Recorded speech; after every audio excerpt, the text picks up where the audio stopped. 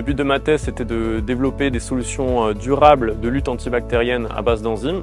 Alors comment ça fonctionne? Certaines bactéries pathogènes vont communiquer entre elles en échangeant des signaux moléculaires. Et grâce à ça, elles vont pouvoir synchroniser leur comportement et notamment la mise en place de virulence ou de biofilms par exemple. Donc les enzymes que j'ai développées et améliorées au cours de ma thèse, elles viennent bloquer cette communication et donc diminuer la virulence des bactéries sans les tuer, contrairement au traitement antimicrobien conventionnel. Donc on n'a pas d'apparition ou moins d'apparition de résistance.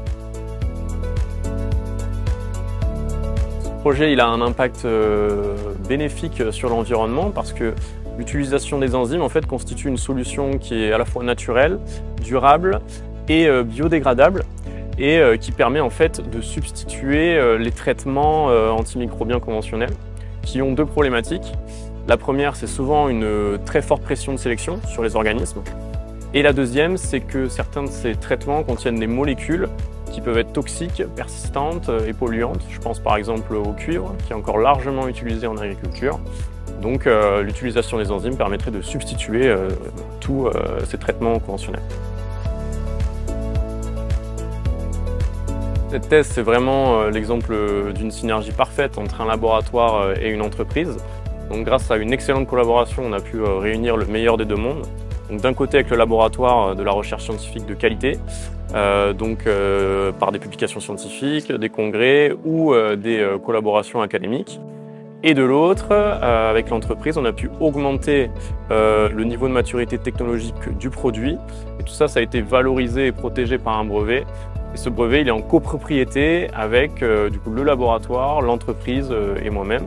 Du coup, c'est vraiment un travail qui est issu d'une synergie entre tout le monde et qui a bénéficié à tout le monde. Alors déjà, c'était une belle aventure humaine. Ça m'a donné une forte expérience professionnelle, vraiment une solide expérience de plus de 3 ans. Et beaucoup de compétences qui m'ont permis notamment d'être embauché directement par l'entreprise après la thèse. Donc je continue ce projet-là.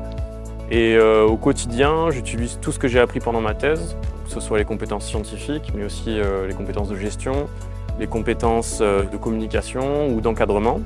Et donc aujourd'hui, je me sers de tout ça pour servir le projet et essayer de mener l'entreprise le plus loin possible.